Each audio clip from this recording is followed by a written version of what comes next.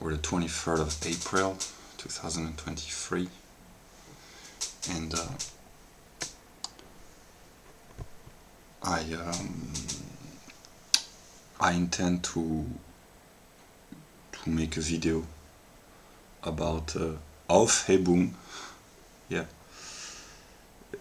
I haven't talked about mystical German philosophy for a while, but here I will just when I make these kind of videos, when I record in front of my camera, I have no plan, a conscious plan, but I just talk normally. But here we'll talk about the mysterious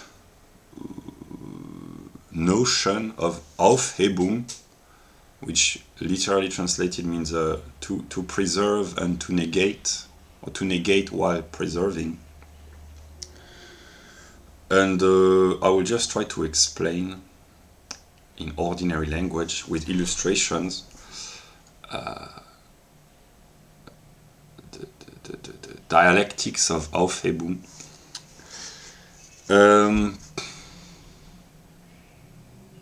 If we begin from a Neoplatonic perspective, where all is one, all things are one somehow, it means that the opposites are united within the one. All opposites are one, precisely. So how does multiplicity emerges out of unity? These are the kind of philosophical, metaphysical questions that the Neoplatonicians and Plato already in the Parmenides asked himself. But that's not what I intend to talk about, but simply first a speculative, mystical way of thinking, which is actually rational from the German meaning vernunftig. There is verstandig, that's categorization of sensory data through the use of the categories, precisely. That's the Anglo-Saxon mind, if I had to simplify. And that's verstandig, and vernunftig is mystical thinking, but it's not completely random. It's not to assert whatever. It's simply to grasp intellectually the opposed determinations of ordinary rationality, which means der Verstand, the ordinary logical ordering of reality through the use of the categories, but to unite the categories that are distinguished, separated, sometimes opposed by der Verstand. That's vernunftig thinking. Yeah. And Aufhebung. So there is first the unity of opposed determination. In Latin, that's coincidentia oppositorum. The coincidence, the unity of opposites. That's speculative, mystical thinking in a way. But Aufhebung means to negate a different determination while preserving and incorporating certain aspects within yourself in a way. So to aufheben means to negate, but not in a sense to suppress, but to incorporate, to integrate, to take within you in a way. And here I illustrate very briefly, because I no longer read Hegel. I haven't read Hegel for maybe 5 or 6 months. I have gotten rid of the books, so yeah. But the logical ordering of the movement, of the dialectical movement, but Aufhebung eventually, that being passes into nothing, because pure being is nothing. So being passes into nothing, but nothing is being, so nothing returns to being. But it's not the first moment, it is a being which has been mediated by nothing, and the unity of both is becoming. Being, nothing, becoming in a way, becoming is the Aufhebung of nothing, because being with nothing, through the mediation of nothing, it is becoming, in a way. And it works. That's it's not mechanistic. It's not mechanistic, but that's how it works. The other example is something. Something is something, but actually it is something else, because something is what it is through its limit, and that which is beyond the limit of something is something else. So something through its limit is what it is, but it is also different from what it is not. But what it is not, that which we call something else, is precisely a moment of something. So für sich sein is the unity of both, being for self, namely something and something else are one. So that's für sich sein, basically. And then quality passes into quantity, and quantity returns to quality, but it has been mediated, so the unity of both is what we call measure, qualitative quantity or quantitative quality. Yeah, I've talked so much about logic in 2022 that I will not simplify. Yeah, but that's the movement, basically. And in ordinary, with ordinary illustrations, okay, to have a one-sided view, a mysticism, it's just misunderstood rational thinking in the sense of vernünftig thinking. It's not random assertion. I mean, mysticism, usually these are random assertion, but vernünftig, a vernünftig Denkweise, a rational way of thinking, is not completely random. It's to unify opposed determination, to think them in their unity, beyond their differences, to think the identity within difference. And here I draw illustrations. Libertarianism and ecology. Apparently they are opposed on an empirical level. Usually libertarians, they are on the right, and ecologists, they are on the left. But I try to consciously unite both, but it works as well with libertarianism and communism in a way, but here for different reasons, because the libertarians usually they are in favor of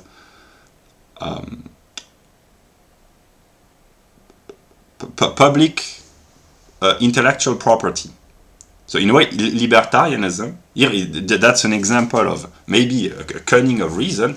The libertarians, they try, in the modern world, they try to defend the idea of liberty, and in order to do so, they produce free content, lectures, courses that are made available by Property and Freedom Society, Ron Paul Liberty Report, Tom Woods TV, Stephen Molyneux, etc. So they want to advocate private property, individual rights, etc. But by doing so, they provide universal knowledge and content which is de facto free and available to all. So any person, economically illiterate or misread, can learn a lot about economics, because the libertarians, they are very intelligent, and they offer for free great lectures, great content, great pieces of advice, great knowledge. So in a way that's communist knowledge provided by radical libertarians.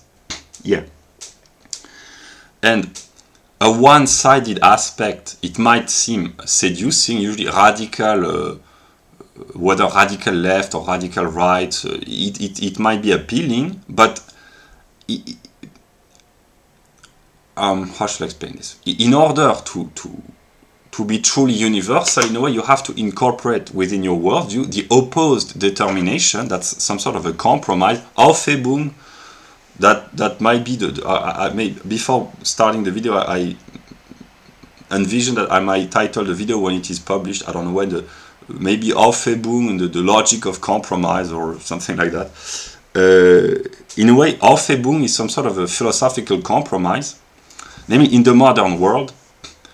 Because here, maybe sometimes I sound a little bit stupid, I don't know, but actually I am nonetheless very smart, so the kind of questions that I try to answer theoretically They are very serious, and I think as thoroughly and rigorously and seriously as I can.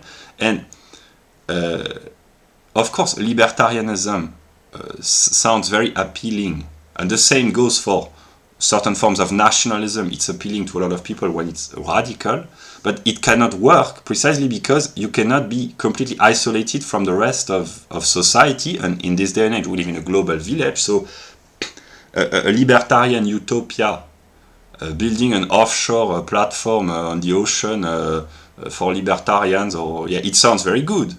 Actually, it's appealing, but it cannot really work as such because there are other actors, other players in the world stage, one might say, and you have to take them into account. To do whatever you want without caring about any other, that's really immature, arbitrary behavior in a way. So yeah, so that's why I consciously try to unite libertarianism and ecology. And in my singular behavior, I behave like a communist. I do not believe in centralized planned communism, but I share with others my knowledge. I make donations in terms of money, books.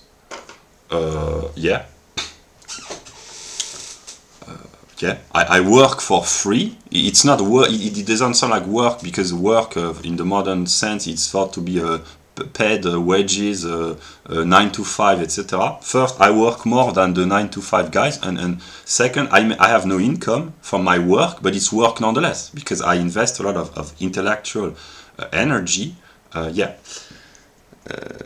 So I try to consciously unite libertarianism and ecology because in a way it's to make this more appealing to non-libertarians, but it's not in a seductive way, although partly it is, but precisely because it's good in a way sometimes to have firm radical beliefs if they are genuine and authentic, but you cannot completely disregard the view of others. That's really the simple-mindedness here, autistic view in a negative sense, like you believe that you are alone and you don't have to care about the others, but in an interconnected world, not only through technology but through economics, information, and simply for a shared global ecosystem, you have to take into account the others eventually. So that's why nationalism, in some far-right circle, it's kind of nonsensical. You cannot you unite whatever nation against the rest of the world. It cannot work. So here an example: nationalism and cosmopolitan ideology. Nationalism and globalism, for instance, they are opposed. Of course, but precisely they are opposed, but playing one against the other, playing globalism against national identity is what has been happening since the end of the Second World War, and a return to nationalism or patriotism or national identity is what has been happening, especially over the past 15 years through the spread of information on the internet, a return of identity politics in a way. But neither one nor the other is correct in a way, although both are moments in the unfolding of truth. So how do you reconcile, here that's an illustration, how do you reconcile nationalism and globalism? Well, the Germans, they have the solution. My view, here it sounds like a joke, but actually it's very serious. There has to be one nation whose nationalist ambitions are truly universal, but not like the Germans of the 20th century try to do by dominating others, but by offering a universal view. That's how to reconcile nationalism and cosmopolitan view, namely, here I can make a good joke. Maybe I will remake this joke because I think it's really good. How to solve how to solve the ecological crisis. Well, the Germans, they have the solutions, because the Germans, of course, they want a Lebensraum.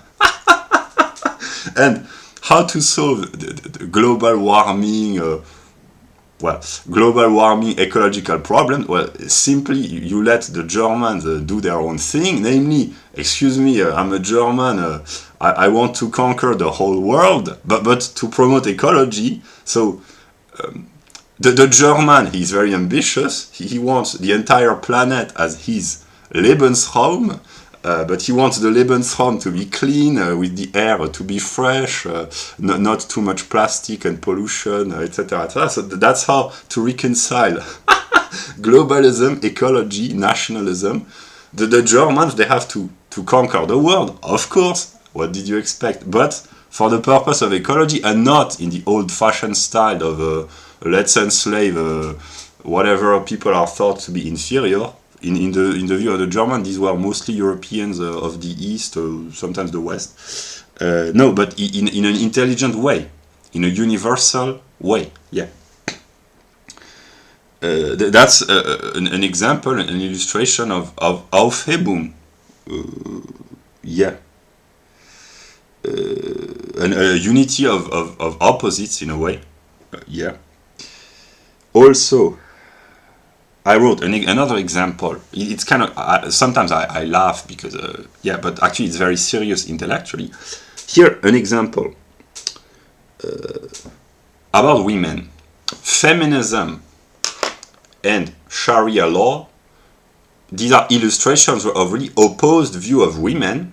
But here, the unity of opposed determination, there are a lot of feminists in Western Europe who embrace radical Islam, not for themselves, but they are in league with some radical Muslim groups, because their logic is against the patriarchy, and in their view, women are oppressed, Western women are oppressed by the patriarchy, and so are minorities, so they identify with radical Muslim as in a unity of opposition against the patriarchy, which means, for them, it's implicit, but they do not express it, it's white patriarchy, so they unite with the most oppressive forms of female domination in the name of the anti-patriarchy struggle. So what they care is not logical consistency or coherence or even the fate of women. They just attack directly or indirectly white males because they have become weak. So yeah, that's what they do.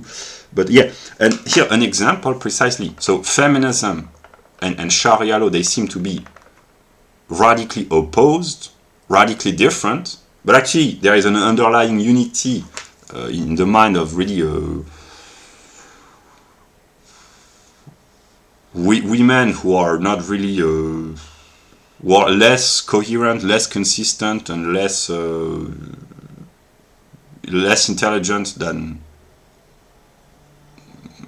most others in a way. So how to feminism promotes, in their view, radical emancipation of women, but actually empirically this has not been the case, because women are emancipated sexually and in the direct relationship with the husband, but they are completely enslaved, not as women but as citizens of bureaucratic anarcho-tyrannical states. And the feminists, they never talk about this. They only think of themselves as females, women, in relation to a potential patriarchal husband, but they do not think in terms of society. How many feminists complain about the delirious amount of taxes, the ridiculous amount of legislation, constraint, prohibition, propaganda? How many feminists complain about this? The ludicrous amount of state intervention in modern societies and the growth of state bureaucracy over the past century, but especially over the past 50 years. How many feminists complain about this? If they really wanted to be liberated, they would be libertarians, but they don't want to be liberated. They want to be oppressed by strong men. This is what female means when they speak about liberation. They don't want to be free. They want to be dominated, oppressed here. No, that's not the proper word. They want to be dominated by strong men, and they identify the alpha male with the state, because the state has an infinite amount of resources and can have the power to eliminate all the rivals. So in the female psyche, the state represents the alpha male. That's why all feminists, almost, they marry the state. Their ideology is financed by state-sponsored scholars. They receive money by the state. They are protected by legislation, although the consequences are a total lack of safety in day-to-day life, but they are protected legally by the state. So they divorce the patriarchy to marry the state. They don't want to be free from their husband. They want to marry a stronger husband, and they believe that the state is the strongest husband, which is a wrong investment in the long term. Because, so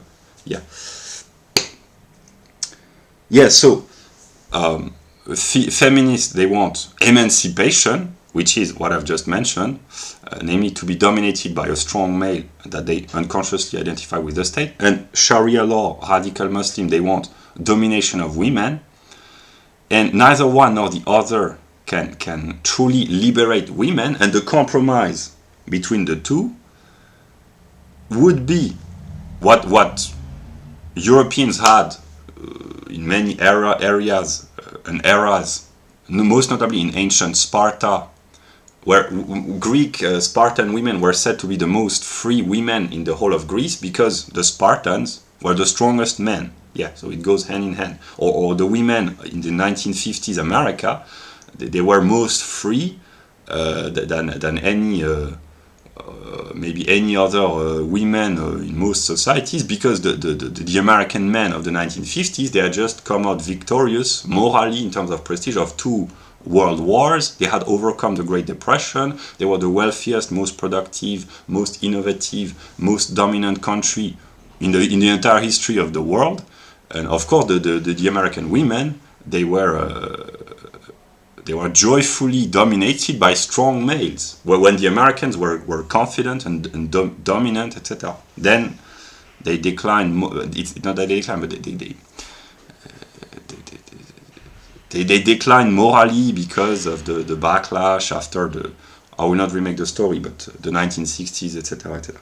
Yeah. So the unity of both, in a way, the Aufhebung would be to have women who obey their husband like the radical Muslim expect them to do so, while being free. And in order for this to happen, men have to be strong and virtuous and dominant in a good sense, and then women, they will obey them without having to be enslaved, one might say. So they would be free, but not free in the modern sense of degeneracy, and they would be dominated, but not in the excessive way of real, or sometimes almost enslavement in really radical forms of female domination in certain Muslim countries or certain Muslim neighborhoods in Western Europe. The compromise would be virtuous men who would grant a certain amount of freedom to their women, but their women would not abuse these freedoms simply because they would respect their husband or their fathers, and therefore they would behave because men would behave. Yeah. That's an example.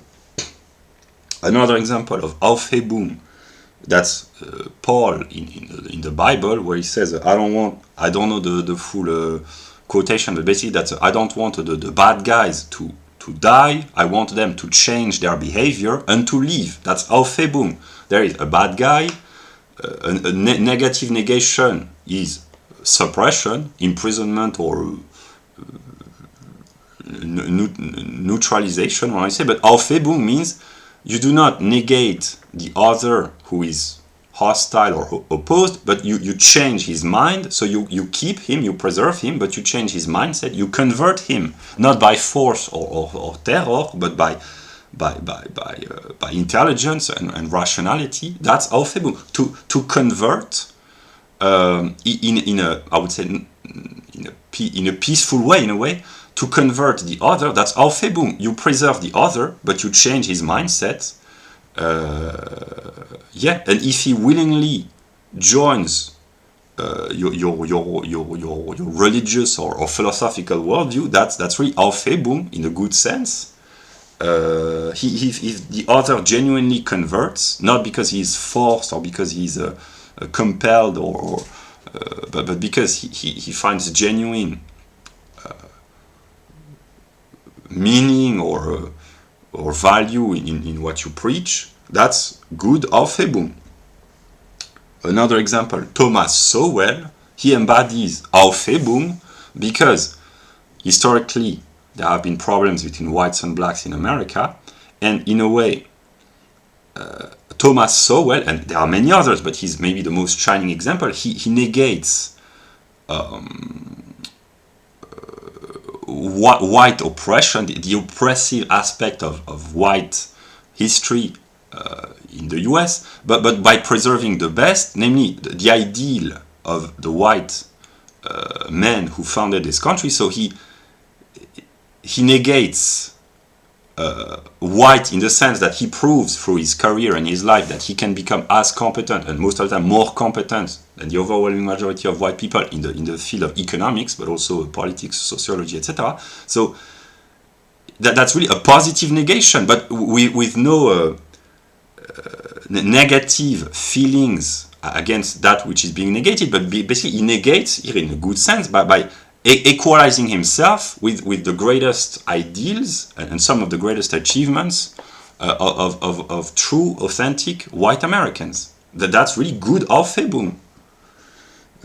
Another way, the reverse would be Eminem, who Eminem's the Aufhebung of hip hop in a way. He turned a black form of artistic expression, and he became, here that's a personal opinion, the best. But then the specialists in hip hop, they would say maybe some others, Biggie, Tupac, or Nas, or yeah, I'm not an expert, but he is the most complete and the most perfect in the good sense. Yeah, but that's another example to negate in a good way, because Eminem, Marshall Mathers, is a white guy, hip hop is a black, historically predominantly black form of art, and he negated it, but not in a negative sense, because he incorporated the codes of hip hop while mixing this with his own personality, style, and his own touch, one might say, and he made it even better, one might say. Yeah, so these are examples of really the good aspect of Aufhebung, to negate, not necessarily in a negative sense, but to negate while preserving, in order to enhance, to improve, to grow, yeah, that's Aufhebung.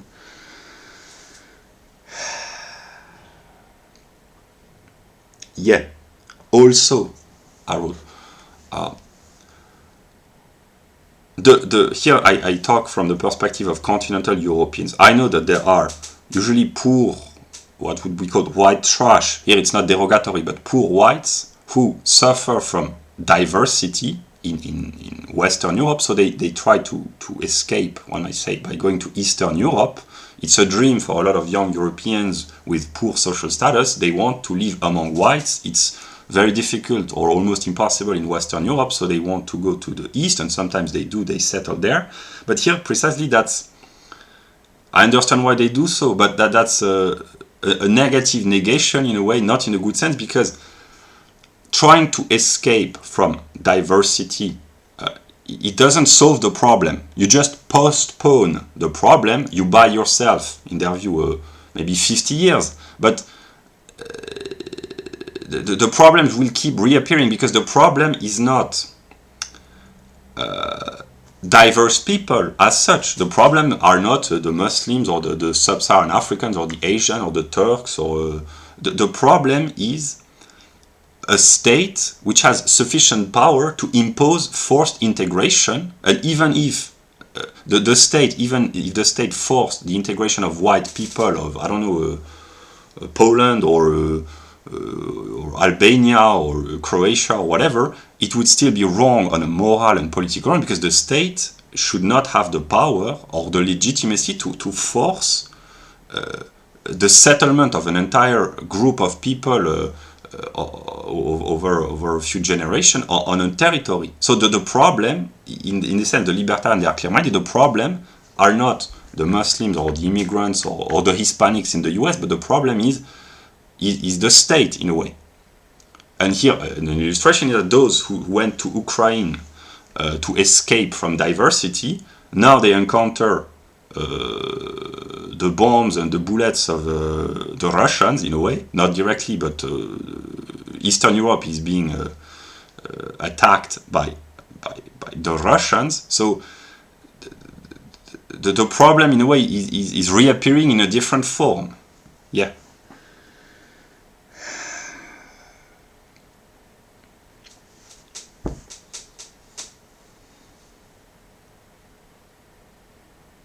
Another illustration, pornography or alcohol.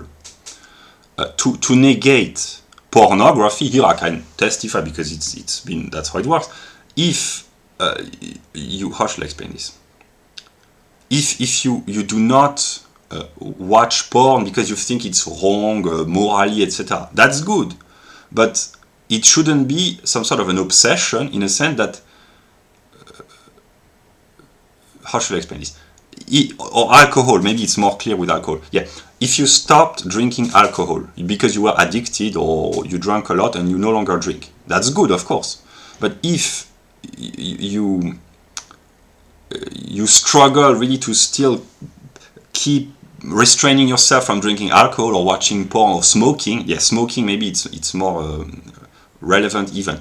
If you stop smoking, that's good. But if you have to struggle constantly in order to start to resume smoking again, you have not aufgehoben. A true Aufhebung means maybe you watched porn or drank alcohol or smoked cigarette at some moment in your life, and if someone offered you cigarettes or alcohol or the opportunity to watch a porn movie, you would say no, but with no trouble at all. You would. That's really the negative, in a way, here in the negative would have no power over you. And even the opposite might be true. I mean, you would be even maybe willing to drink a glass of not a glass of water, a glass of I don't know, vodka, while still remaining true to your refusal to drink alcohol, because it would mean, okay, I don't drink alcohol, and even if I drink a glass of not a glass of water, a glass of vodka, it won't change anything, because it's not. How should I explain this? Let us take the example of women and jealousy. If you really are confident as a man, and if you really are dominant over your woman, over your wife, without being domineering. Here, that's the important. If you are dominant without being domineering. If your girlfriend or your wife says, I want to go to a party or to see, no, not a party, but to see a friend, if you are really at peace with your confidence in your dominance, you would say, okay, you can go with a friend, even if it's a male, because you know that she will not cheat on you, because you are confident. So, but if you prevent your wife from meeting strangers because you are afraid that she might cheat on you, you are not really confident. That's problematic. So a confident man would be kind of indifferent, because he would say, look, I'm the best husband you can find. If you want to go see outside, check if you can find a better partner, even if that's not your intention, but maybe it is. If you want to go around, try to find someone more charismatic, more funny, more well-built. That's a joke.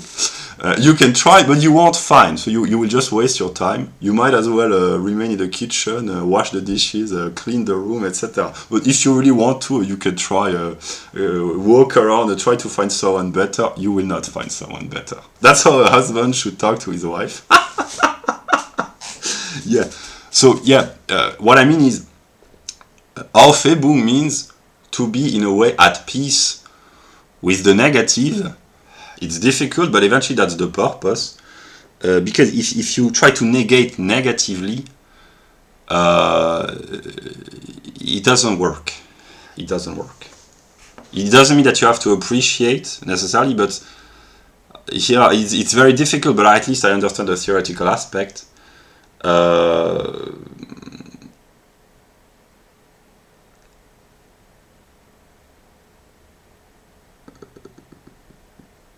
Yeah.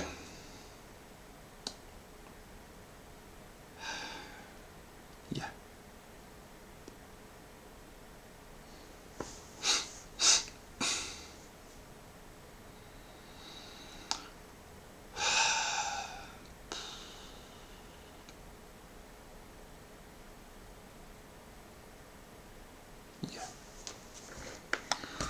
that's and here I can make a remark. The way I interpret this is that at some moment I will simply import American ideas, which are the best ideas, not all of them, but the good ideas, the best ideas, they come from America for the reason of the Bill of Rights and the Constitution and etc. etc. And I have some problems with France, not with all the French people, but with France ideologically, because it's really but trying to escape and to think that the grass is greener somewhere else, it might be tempting, but eventually the purpose of Aufhebung precisely would be to preserve the best and to negate, to import. That's what I intend to do. Eventually to import the best ideas and to find a compromise in a way. And here in politics, the classical determination, if we really simplify that, liberty versus equality, that's a relevant dichotomy in a way, but that's also a unity of opposed determination, because in order to be truly free, there has to be a certain amount of equality. Simply because, I already told this story, but the aristocrat who wants liberty, they want also their liberty to be acknowledged by others, and they don't want the liberty to be acknowledged by worthless slaves, but by people that they value. Not necessarily that they appreciate, but at least that they respect. So they want equals. Aristocrats, they want their value to be acknowledged by people that they value at least on the same level as them.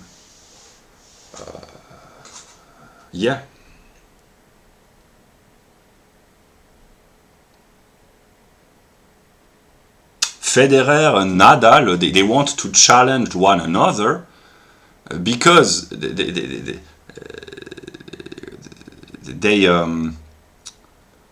competing with low skilled or really people who are really inferior in talent. It might be gratifying to defeat average tennismen or even good ones, but really at some moment the aristocrat, he wants to compete with the best, who is an opponent, but an opponent that he respects, because they reciprocally need one another to gain mutual reciprocal value.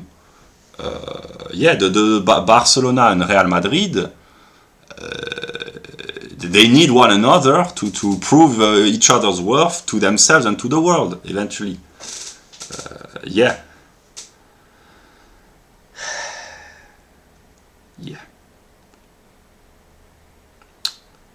And so equality and liberty, the Aufhebung would be equals who are free or free men who are equal, but not economically equal. But here I take another example.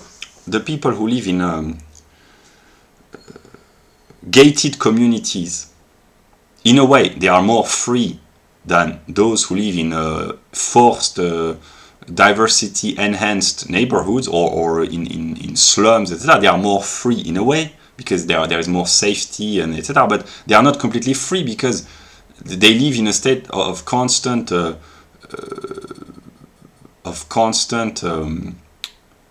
fear in a way. And here the preppers, a lot of their analyses are correct and they have a lot of common sense, and I have drawn inspiration and I promote their views in a way, but prepping and the idea of a collapse is precisely its negative negation, Aufhebung, and that's what consciously I've been trying to do for many months and I will still try to do, is not to negate society by buying a bunker and escaping from society while waiting for a collapse, but to go within society and to try to change what has to be changed. And here I agree with most of the analyses of most preppers, but while trying to avoid the collapse, to serve. That's what I've been consciously trying to do, to reduce the excesses, but without too much of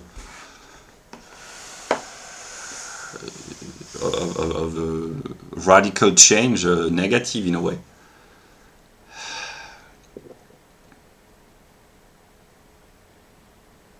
Yeah.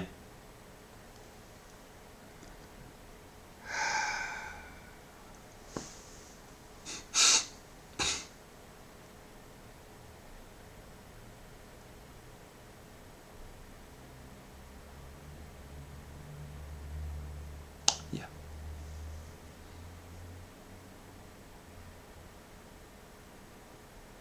Because of course, in life, what is pleasant most of the time is when you can have just the good aspect, of course. But precisely because, for logical reason, the good and the bad, or the positive and the negative, they reciprocally determine one another. Yeah.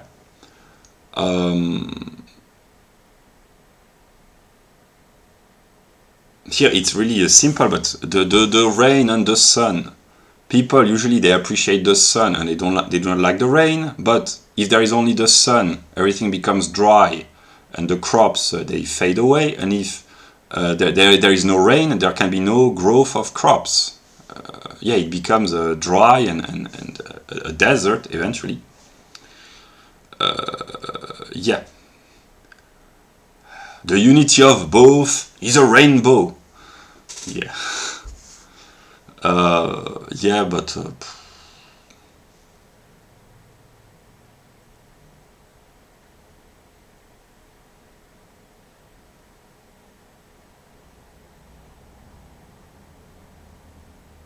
and here I've had a tendency to become a little bit insane, but for metaphysical reasons, because I understand that the good only exists because of the bad. So in a way, you do not have to love the bad, but you have to understand that the bad is that which enable the good. So I have at some moment I have been a little bit insane by kind of not loving, but how should I explain this? Trying to forgetting the good because I was focused on the bad, which makes the good possible. But I got a little bit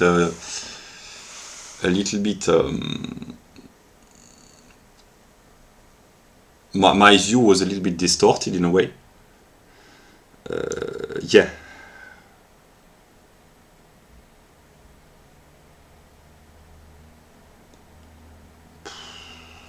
Yeah.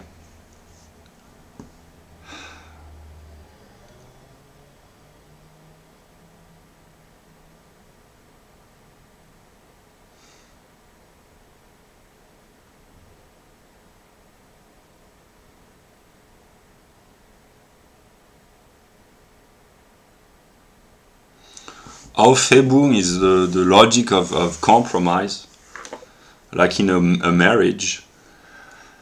Yeah.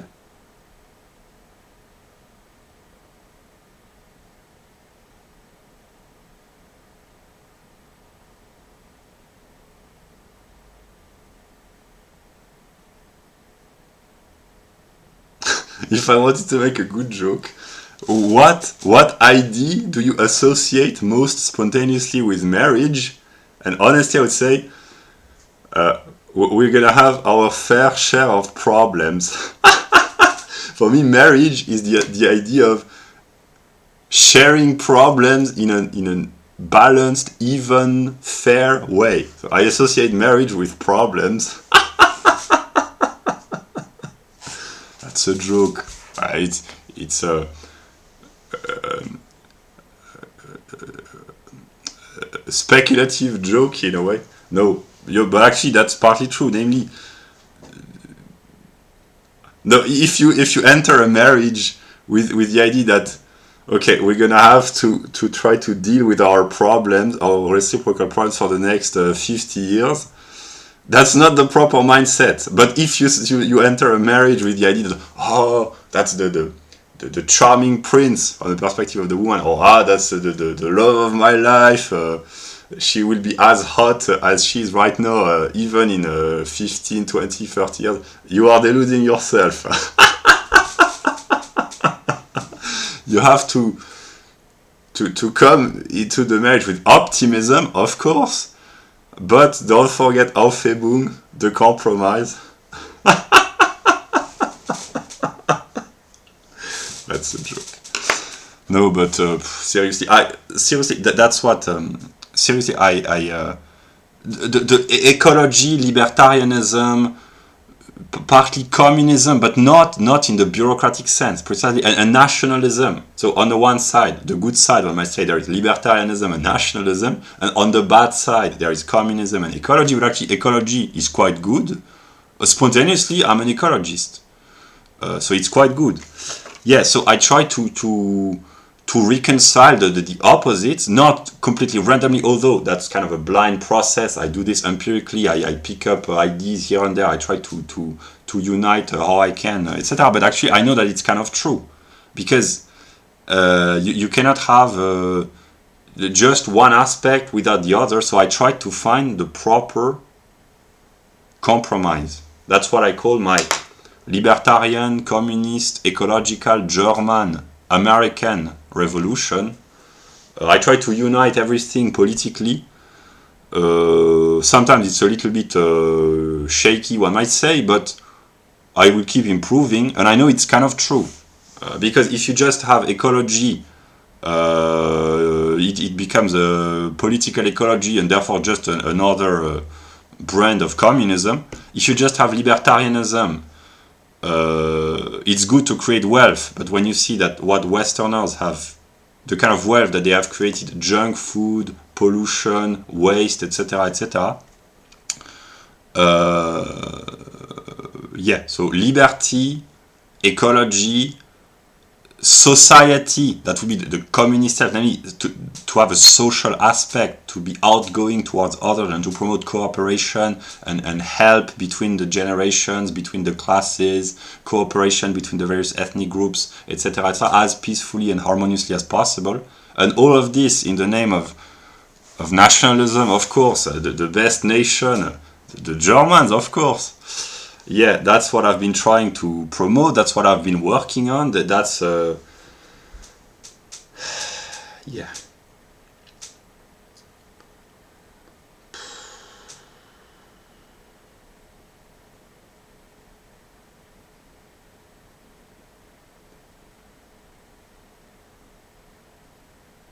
Yeah. It's difficult. It's a constant struggle, but.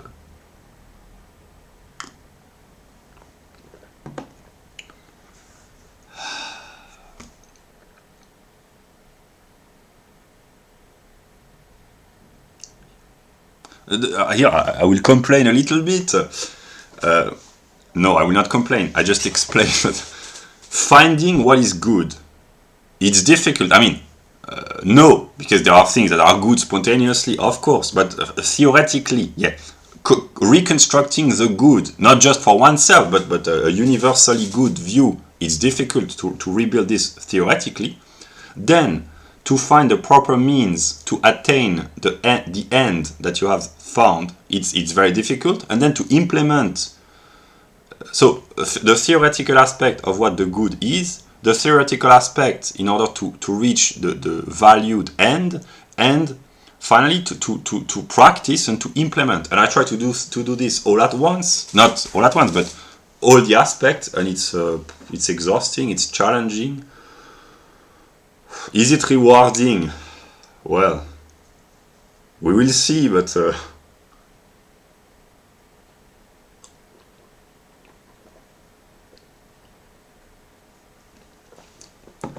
yeah.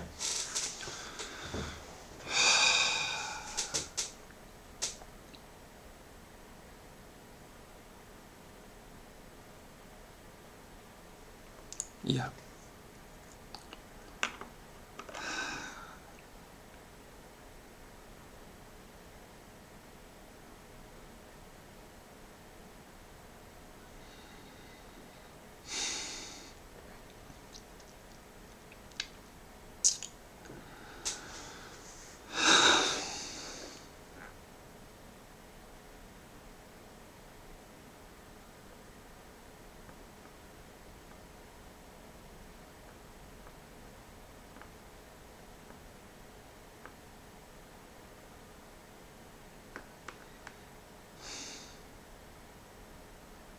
I will stop the video here. I don't know when it will be published, but probably I will title this something like Aufhebung and the logic of the compromise or something like this. Aufhebung will be in the title. Yeah.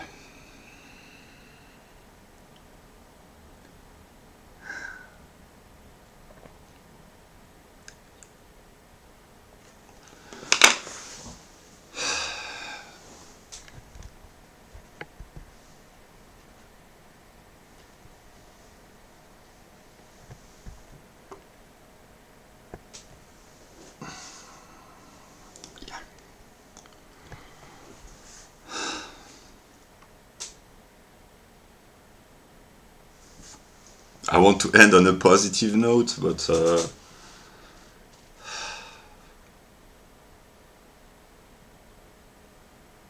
I struggle. I'm not sure if it's positive, but I struggle. In English, it means two things. Like, it means I encounter hardships. That's kind of the negative view, and it means I fight in a way, which is more positive. Yeah, that's the compromise. I struggle. Let's leave it at that for now.